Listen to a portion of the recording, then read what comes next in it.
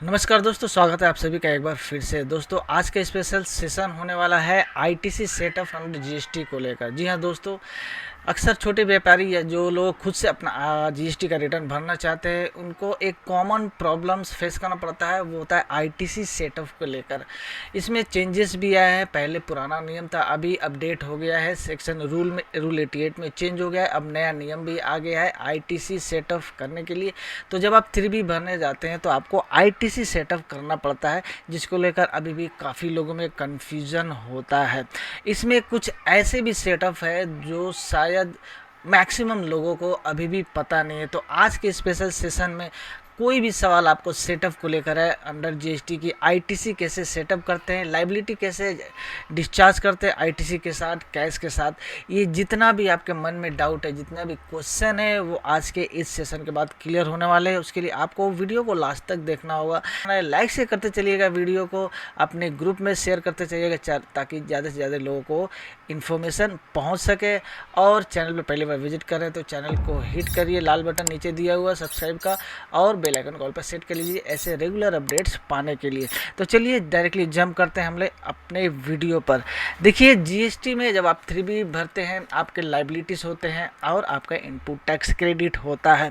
तो जब आप लाइबिलिटी और इनपुट टैक्स क्रेडिट, लाइबिलिटी तो आप GSTR 1 में दिखा देते हैं, लेकिन अब लाइबिलिटी को आपको डिस्चार्ज करना पड़ता है, लाइबिलिटी को आपको एडजस्ट करना पड़ता है अपने इनपुट अवेलेबल जो होता है उससे, जो कि आप 3B भरते समय डिस्चार्ज करते हैं। तो वहाँ पे 3B भरते समय आपको लाइबिलिटी को सेटअप करना पड़ता है आईटीसी के साथ।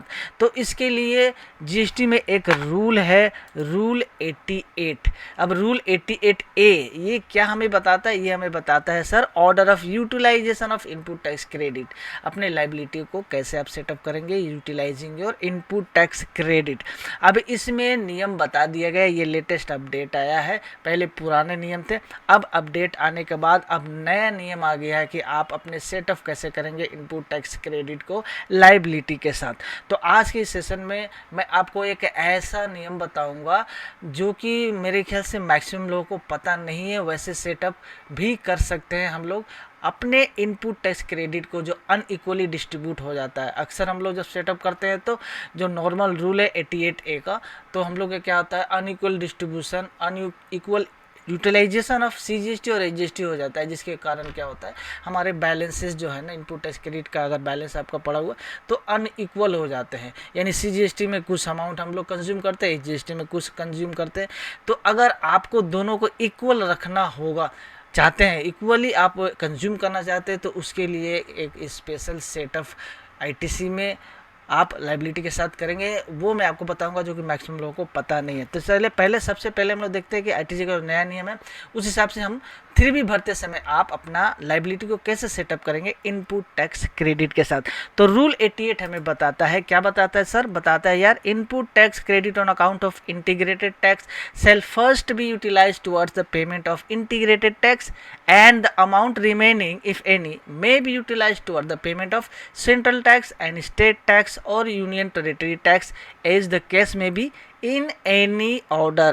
ठीक है, इन एनी ऑर्डर। यानी क्या बोल रहा है सर कि 88 हमें बोल रहा है कि इनपुट टैक्स क्रेडिट आपका जो है आईजीएसटी का, वो आप सेटअप कर सकते हैं सबसे पहले आईजीएसटी के साथ, और उसके बाद भी अगर कुछ बचता है तो उसको सीजीएसटी के साथ, और उसके बाद अगर बचता है तो एचजीएसटी के साथ आप सेटअप कर सकते हैं।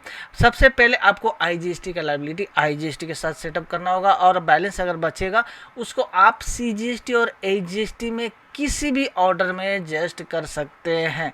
ये 88 बोल रहा है। अब आगे क्या है इसमें, provided that the input tax credit on account of central tax, state tax और union territory tax shall be utilized to the payment of integrated tax, central tax, state tax और यूनियन टेरिटरी टैक्स। अब इसमें क्या बोल रहा है कि input tax credit जो आपका सेंट्रल टैक्स यानी सीजीएसटी और एचजीएसटी का इनपुट टैक्स क्रेडिट जो है, वो आपका सबसे पहले आईजीएसटी के साथ एडजस्ट होगा, और उसके बाद जो है अपना रिस्पेक्टिव जो है इनपुट उससे एडजस्ट होगा।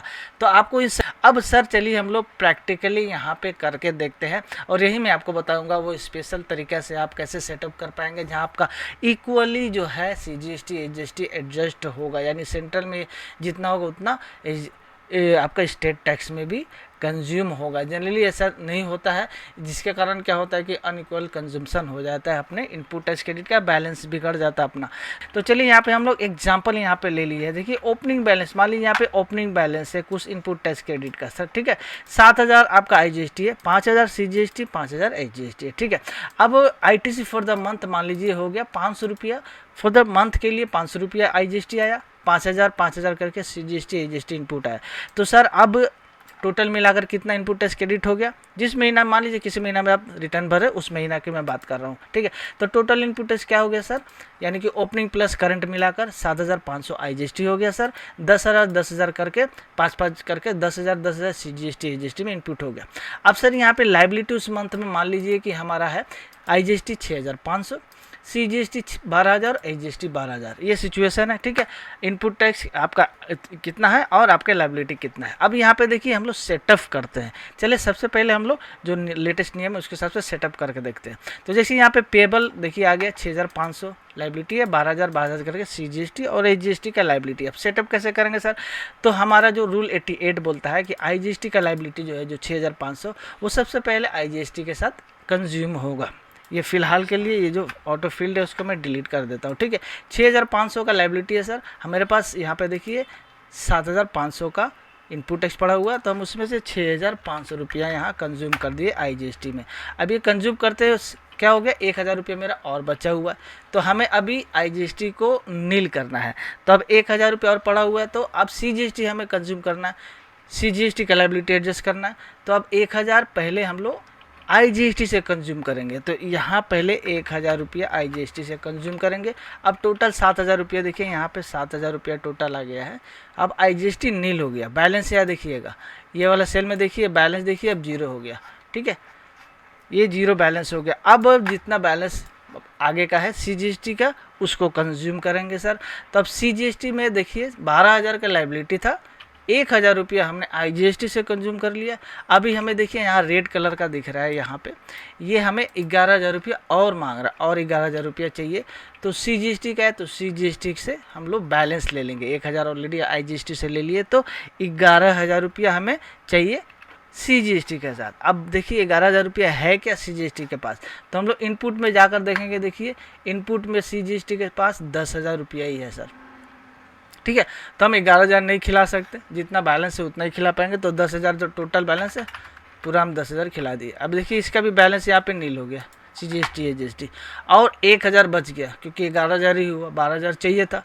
यहाँ पे देखिए कैश वाला रिक्वायरमेंट यानी tax need to be paid, 1,000 रुपया CGST का आ गया, यानी कि 12,000 लेना था, 10,000 CGST से लिए और 1,000 IGST से।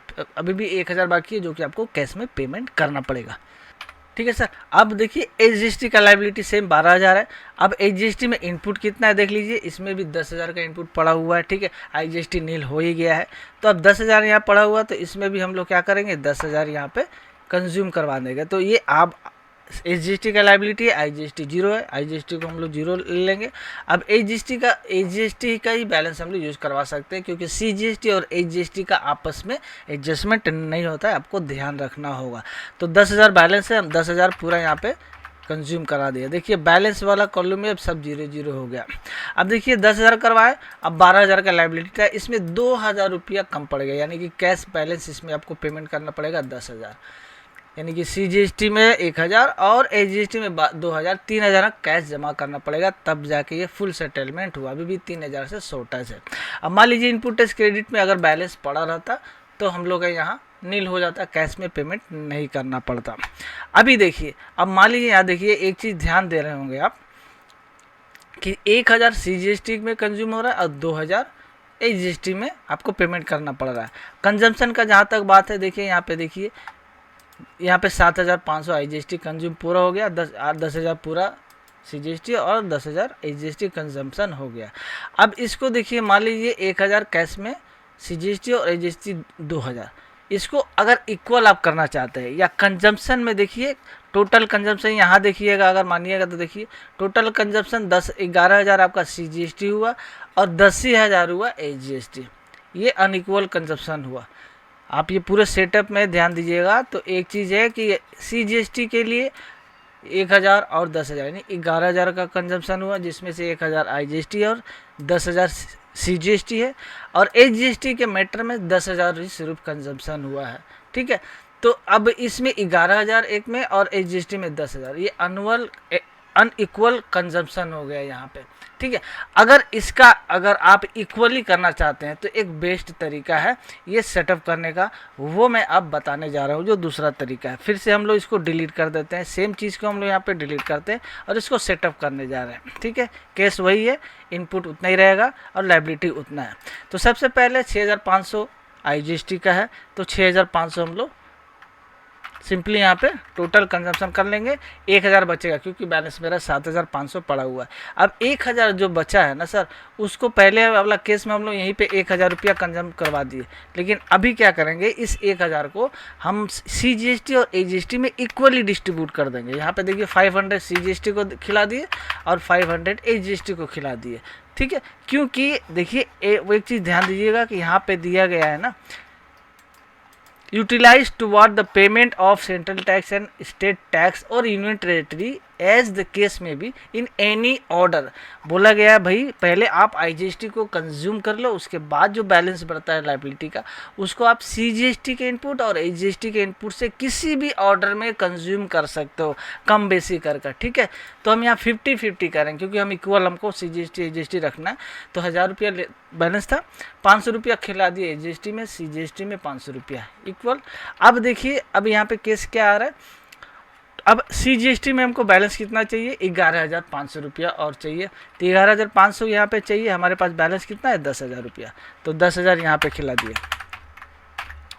और 1,500 रुपया हमको CGST में पेमेंट करना पड़ेगा, ठीक है। अब सिमिलरली SGST में क्या है, कितना बैलेंस चाहिए, 11,500 हमको बैलेंस चाहिए, 500 रुपया ऑलरेडी हम लोगों ने IGST से खिला दिया है, तो 11,500 रुपया यहाँ पे लायबिलिटी आपका 12,000 टोटल है, जिसमें से 500 रुपया हम लोग ऑलरेडी खिला दिए, ठीक है। और इसमें कितना चाहिए, हमें चाहिए भाई 11,500, तो हमारे पास तो सिर्फ 10,000 ही है, हम 10,000 यहाँ खिला पाएंगे, मैक्सिमम जो इनपुट है, ठीक है।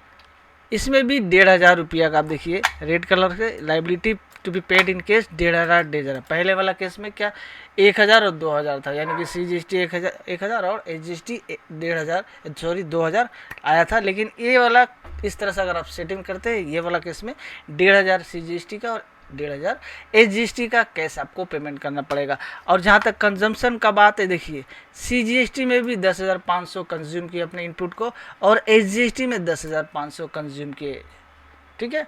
तो इक्वली यहाँ पे कंजम्पशन हुआ CGST और HGST का। अगर लायबिलिटी कुछ कैश में आता है वो भी इक्वली आएगा। इस तरह से आपका CGST HGST का बैलेंस इक्वल रहेगा। तो ये लेटेस्ट अपडेट है। आप इस तरह से आप अपने इनपुट टैक्स क्रेडिट जो है उसका एडजस्टमेंट सेटअप आप अपने लायबिलिटी से कर सकते हैं। आई होप आपको ये जो सेटअप का जो पूरा माजरा था अच्छी तरह से क्लियर हो गया होगा। इसके बाद भी अगर कोई क्वेश्चन है, कोई भी डाउट है, आप कमेंट ज़रूर करिएगा। वीडियो कैसी लगी आप उसके बारे में भी कमेंट करिएगा। कोई इंप्रूवमेंट की ज़रूरत है उसके बारे में भी कमेंट करिएगा।